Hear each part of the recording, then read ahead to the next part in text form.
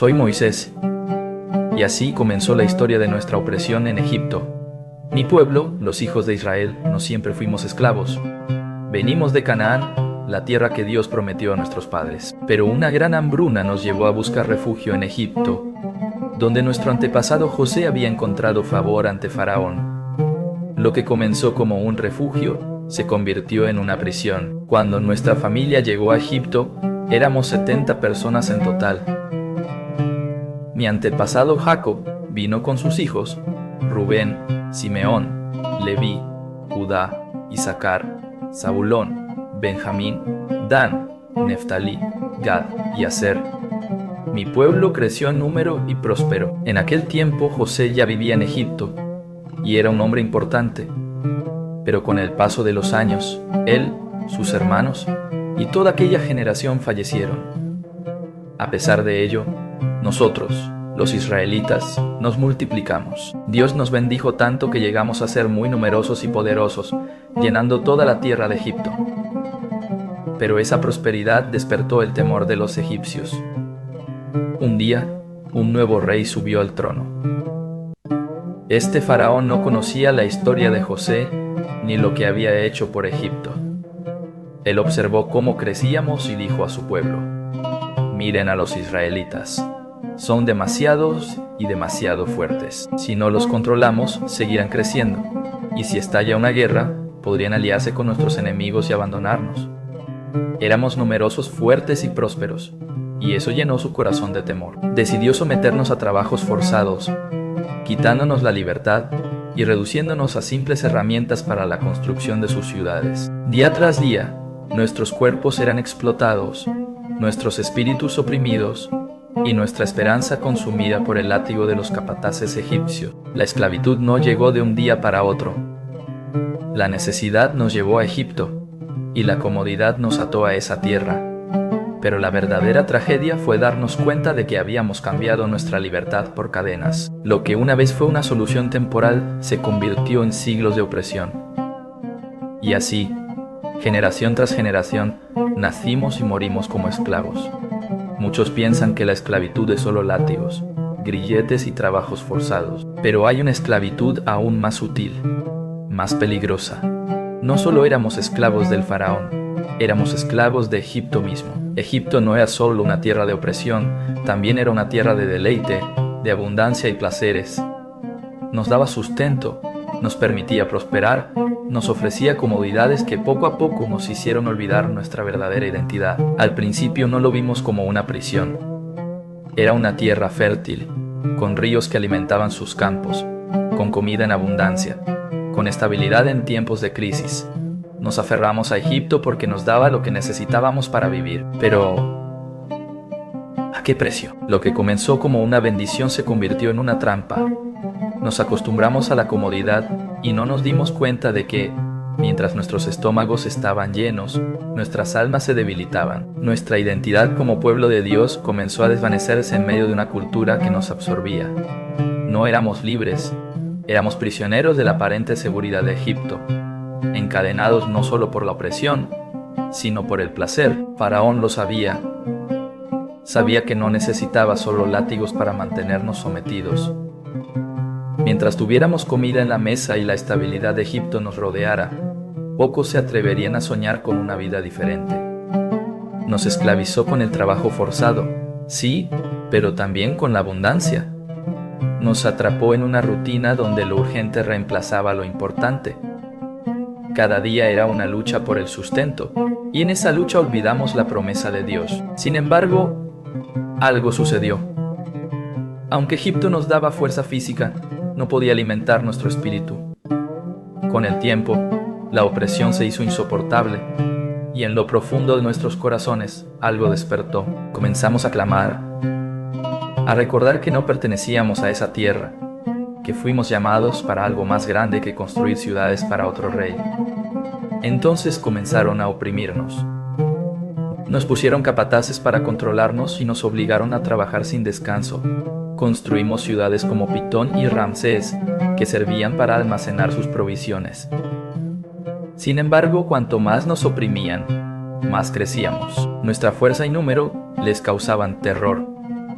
Nos hicieron construir ciudades para su gloria, no para la nuestra. Pitón y Ramesés se alzaban con nuestras manos encallecidas, con nuestros cuerpos agotados y nuestras esperanzas reducidas a polvo. Día tras día moldeábamos los ladrillos que formarían las ciudades de almacenaje de Egipto. Pero aquellos edificios no eran simples depósitos de grano, eran monumentos de orgullo, símbolos de la grandeza egipcia, testigos de una nación que se jactaba de su poder y su cultura, mientras nos oprimía sin piedad. Pitón significaba boca de integridad, como si Egipto se viera a sí mismo como un pueblo justo y honorable. Pero, ¿qué integridad había en esclavizar a una nación entera? ¿Qué justicia podía encontrarse en quebrantar los cuerpos y las almas de hombres, mujeres y niños? Ramesés, trueno de la norma, representaba el poderío de sus leyes, su orgullo en sus tradiciones, su dominio sobre nosotros. Ellos se jactaban de su civilización, pero su grandeza estaba construida sobre la sangre y el sufrimiento de mi pueblo. Pero el orgullo de Egipto no ha desaparecido. Hoy el mundo sigue construyendo sus propias ciudades de almacenaje, exaltando su propia bondad, sus normas, sus filosofías. Cada nación proclama su rectitud, cada cultura ensalza su sabiduría, pero detrás de esas fachadas aún hay cadenas, aún hay esclavitud, aún hay corazones clamando por libertad. Por esa razón, los egipcios nos hicieron la vida insoportable. Nos esclavizaron cruelmente, obligándonos a trabajar en los campos y a hacer ladrillos con mezcla. El sufrimiento de mi pueblo se volvió intolerable. Nosotros fuimos esclavos, pero Dios escuchó nuestro clamor. Él vio nuestras lágrimas, sintió nuestro dolor, y en su tiempo perfecto extendió su mano poderosa para liberarnos. Faraón alargó nuestra vida con dura servidumbre, pero el Señor nos sacó con mano fuerte y brazo extendido, porque ninguna opresión, por grande que sea, puede resistirse a la voluntad del Dios Todopoderoso. Pero la opresión no terminaba allí. No solo nos obligaban a trabajar sin descanso, sino que intentaban exterminarnos. Faraón dio órdenes crueles. Todo varón hebreo recién nacido debía ser arrojado al río Nilo. Querían destruir nuestro futuro, apagar nuestra herencia, silenciar la promesa de Dios. Sin embargo, aún en esa oscuridad, la vida de Israel no se extinguió. Aunque estábamos en una condición de muerte, seguíamos vivos y nuestro clamor subía al cielo. Faraón incluso ordenó a las parteras hebreas Sifrá y Puá que mataran a todos los niños varones al momento de nacer. Sin embargo, estas mujeres temían a Dios y no obedecieron las órdenes del faraón. Dejaron con vida a los niños, arriesgando sus propias vidas. Cuando el faraón las llamó para interrogarlas, ellas respondieron: las mujeres hebreas son fuertes, dan a luz antes de que podamos ayudarlas. Dios recompensó a estas mujeres valientes por su temor y obediencia. Les permitió formar sus propias familias, mientras mi pueblo seguía multiplicándose. Faraón, la personificación misma de Satanás, no solo nos oprimía, sino que también intentó usar a las parteras hebreas para cumplir su macabro plan. Él sabía que en sus manos estaba el futuro de nuestra nación, que ellas podían decidir entre la vida y la muerte con tan solo un acto de obediencia o rebeldía. Pero lo que Faraón no sabía es que Dios estaba orando en secreto, incluso en el corazón de quienes él intentaba manipular. Las parteras temieron a Dios más que al rey de Egipto. En lugar de ser instrumentos de destrucción, fueron escogidas por el Altísimo para preservar la vida. Cuando Faraón les preguntó por qué los niños hebreos seguían viviendo, ellas respondieron con valentía: las mujeres hebreas no son como las egipcias, pues son robustas y dan a luz antes que la partera venga a ellas. No era mentira. Dios mismo había fortalecido a las mujeres de mi pueblo. Él, en su soberanía, las hizo resistentes, capaces de dar a luz sin ayuda, asegurando así la preservación de nuestros hijos. Lo que Faraón planeó para nuestra destrucción, Dios lo usó para cumplir su propósito. Dios honró a las parteras por su fidelidad y prosperó sus familias. No las dejó sin recompensa, porque cuando un hombre o una mujer se ponen de su lado, él mismo se convierte en su escudo y fortaleza. Finalmente, Faraón, lleno de ira, dio una orden aún más cruel. Todo niño hebreo que nazca debe ser arrojado al río Nilo. Las niñas, en cambio, pueden vivir. Ese fue el comienzo de nuestra opresión, el capítulo más oscuro de nuestra historia hasta ese momento. Sin embargo, Dios estaba con nosotros, incluso en medio del sufrimiento.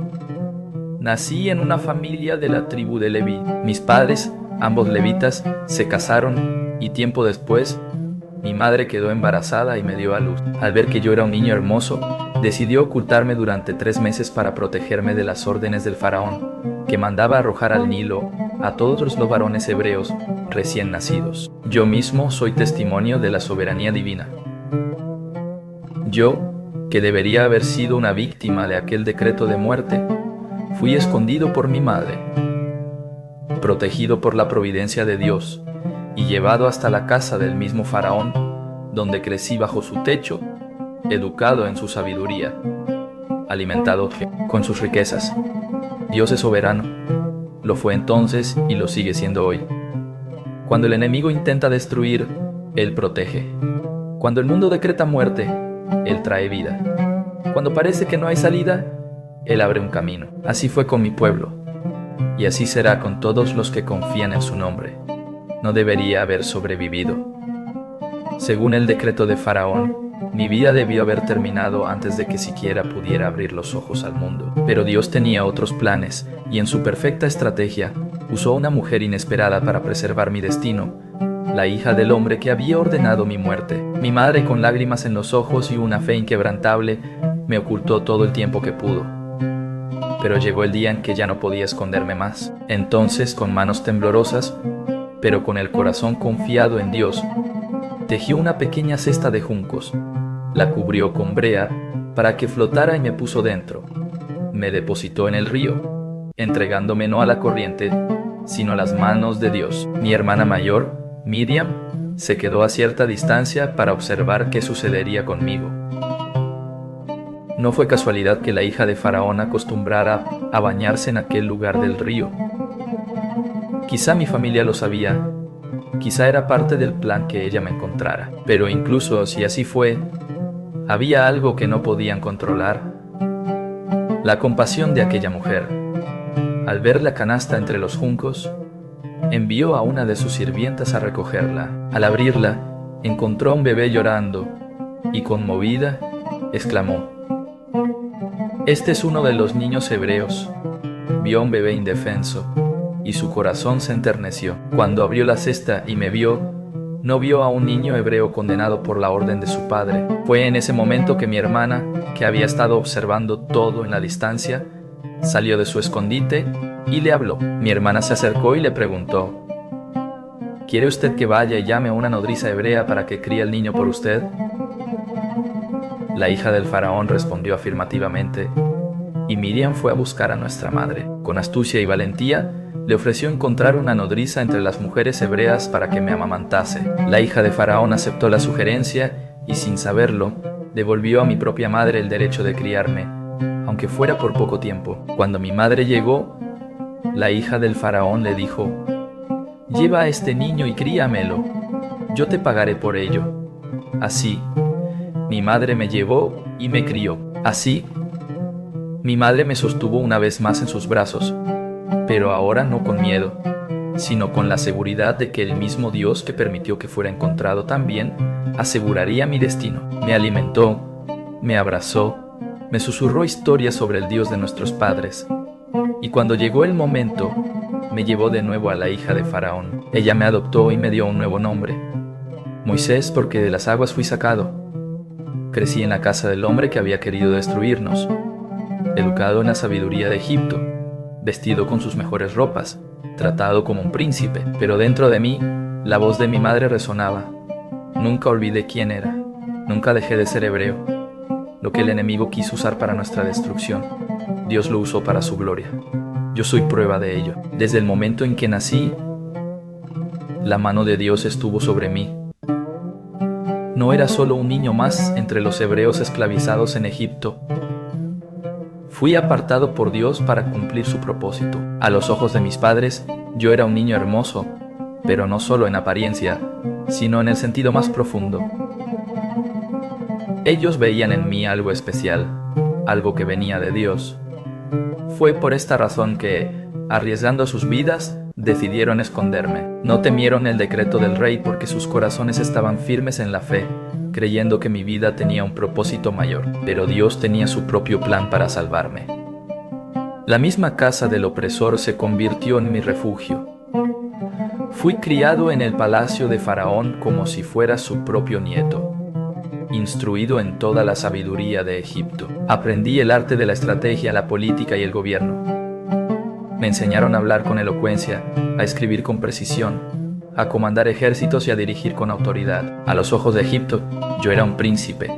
A los ojos de Dios, yo era un instrumento en formación. Sin embargo, aunque vestía las ropas de la nobleza egipcia y caminaba por sus majestuosos palacios, mi corazón nunca dejó de latir por mi verdadero pueblo. Sabía que no pertenecía a Egipto. No importaba cuánto conocimiento adquiriera, cuán poderoso llegara a ser en palabras y obras. Dentro de mí ardía una verdad innegable.